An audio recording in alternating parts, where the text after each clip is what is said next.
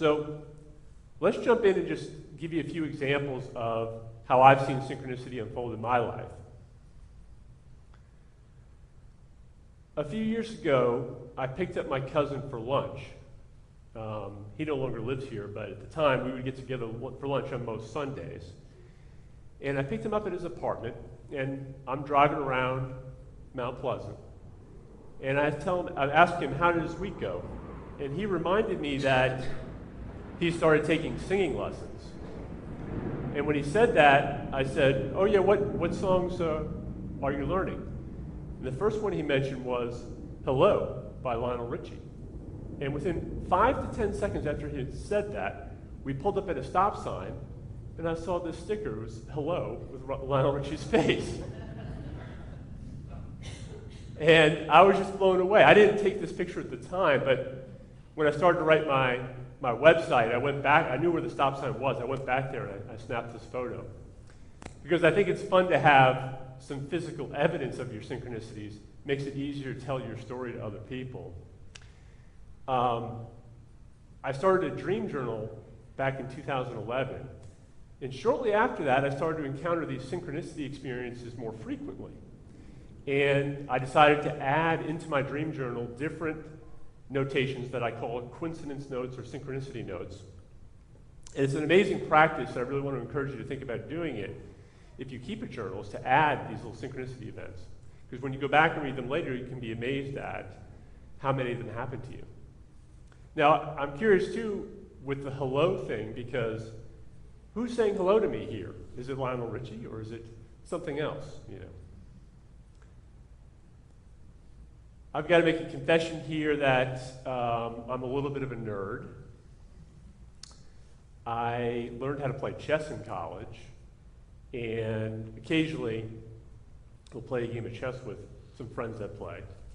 I have a friend, Dan, and a few years ago, during the workday on a Tuesday, Dan said, hey, how about you and I and another friend of ours, how about we get together on Friday or Saturday and play chess? And even though I know I'm a nerd, I was thinking to myself, boy, playing chess on a Friday or Saturday night, that's pretty nerdy, you know. And this was a Tuesday, and I figured, I told him, let me check with my wife. I didn't know what our plans were for the weekend. I said, let me check with my wife. And really I was thinking, I'm not sure if I want to play chess on a Friday or Saturday night. And then I went to the gym. This is that same Tuesday. And as I'm walking around the gym, I see a woman, and the back of her shirt says, say yes to chess. And I was totally blown away. I was like, you got to be kidding me. And when I was getting ready to do this presentation, of course, I didn't follow the woman around and take a picture of the back of her shirt. You know, that would have been pretty weird. So I figured, let me just go onto Google, and I'll find the T-shirt that says, say yes to chess. But when I did a Google search, I went through screen after screen after screen. I couldn't find one. That's how rare it is to run into someone that has a chess shirt that says, say yes to chess. I had to go over to Bing and go and do search, and after digging quite a bit on the internet, I finally got this photo that I could use for my presentation. So I did listen to that synchronicity. I did play chess that Friday with my friends. This is a real interesting experience I had that actually ties into something going on here at Unity Church. So this is a dream I had in 2014. You see, I left out some of the notes that were not relevant. But in my dream, at 2 in the morning, I wrote in and what I do, by the way, is I keep my notes on my phone. So I'll wake up in the middle of the night, and I'll tap my notes into the Notepad app on my phone. And then usually later in the day, I'll reorganize them and paste them into my computer. But at 2 in the morning, I wrote this. I see visuals of some buildings that are under construction.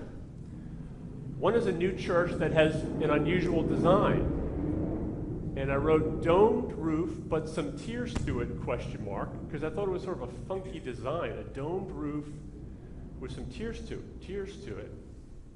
And that morning I got up after having put this in my notes and went downstairs. I got the newspaper, and I'm flipping through the newspaper. In the front section of the Post and Courier, there's a picture of this building.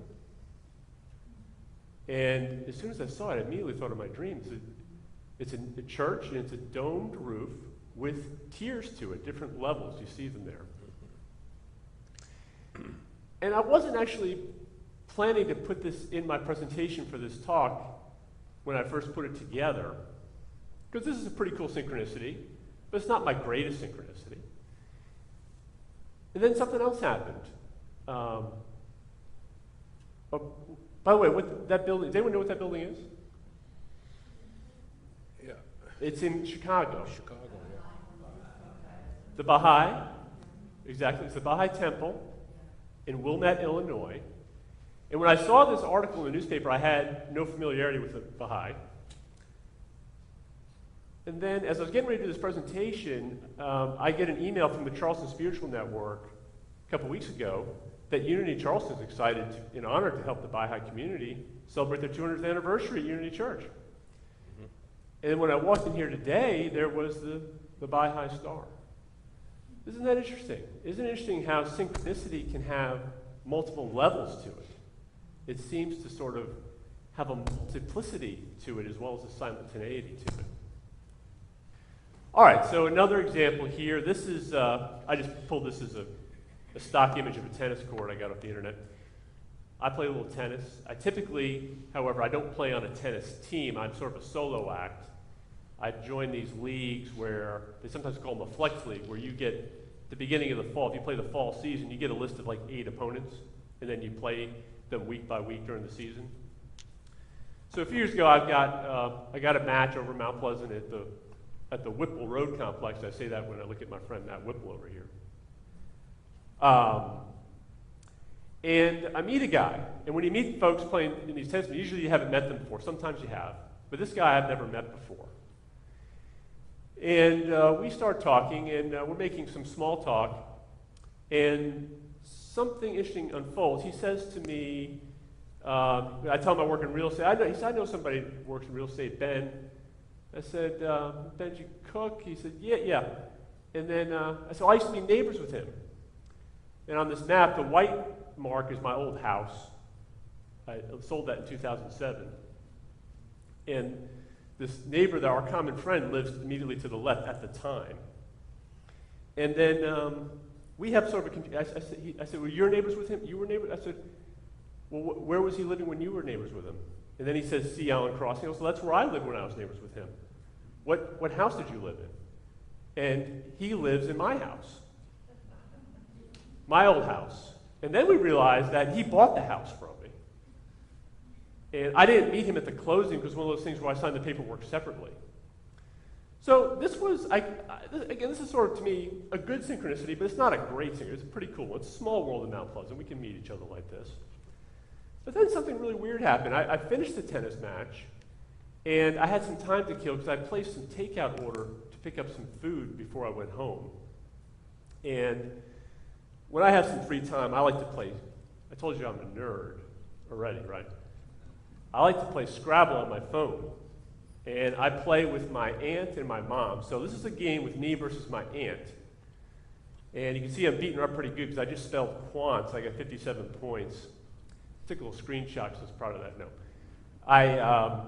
I took the screenshot because after I spelled my word quants, they gave me new letters, and my new letters were N-E-I-G-H-B-O.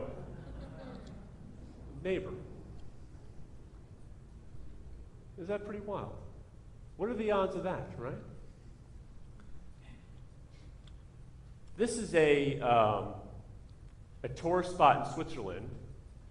On the left, that's a picture of my wife, Ann, and I.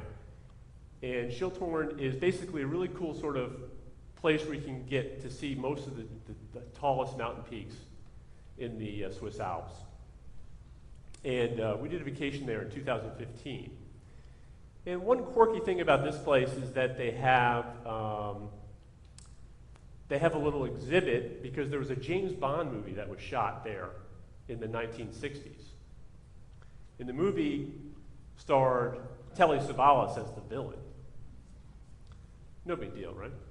And we get back from our trip, and a couple months later, after we get back, we're having dinner with my in-laws, my wife's father and his wife.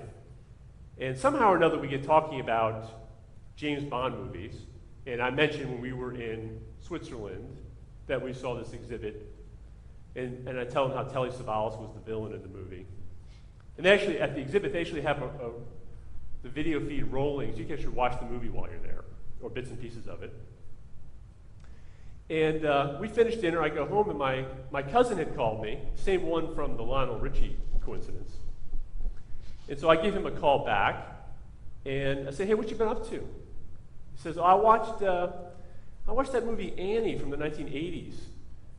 I said, Annie? I said, the one with Telly Savalas? He said, yeah.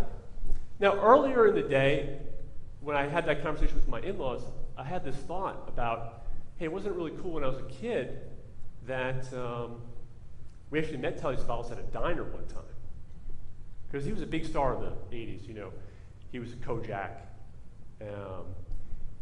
And so when he says that to me, I say, Telly Savalas. And then he adds, hey, do you remember the time in the diner when we were kids when we met Telly Savalas? And it was this weird, like, how is it possible that I haven't had a conversation about Telly Savalas in 20 years, and now I'm having two of them on the same night? So I wanted to bring you something really fresh in terms of synchronicity. Nancy, could you do me a favor and hold this up for a minute? It's a little bit heavy, just so everybody can see it. I wanted to show off that I own a Picasso. Now, it's actually just a Picasso print that I acquired this week. I acquired this print on Wednesday, and it was, thank you, I think you can put it there because now it's on the screen. Thank you, Nancy. Because I was exchanging text with Tish Voigt from Bliss Spiritual Co-op, who's the executive director there. And she knows I'm interested in dreams, and this piece by Picasso is called The Dream. And she was texting me, hey, we're having the yard sale, for $5 you can have this Picasso. And so we started having this running joke about the Picasso that I was going to acquire. And she said she'd hold it for me, and then on Wednesday night, I was over teaching a class at Bliss, and I did the transaction. I paid for my Picasso and took it home with me. And then I got home. Now, I've already confessed, again, I'm a nerd, so I had to look on the Wikipedia to get the history of the dream. So I look up the Wikipedia history of it, and it turns out that this model in the picture is the mistress of Picasso. She's 30 years younger than, I think he's in his 50s at the time. She's like 22. And there's some interesting elements of it. There's some sort of hidden sexual imagery, some of it more overt. That was in the Wikipedia entry. And then I was looking this up on my phone when I got out of the Wikipedia thing, and I decided, well, let me play another game of online chess, because that's what I do, I'm a nerd. I did this immediately after, and my opponent in my chess game was Scar Picasso. And I was so shocked that now I'm into capturing my synchronicities. And this is a 1-minute game. We each have 1 minute, speed chess. And I'm at the bottom. So 4 seconds into my game, I took the picture of it. That's how quickly I recognized that I was in a pretty cool synchronicity.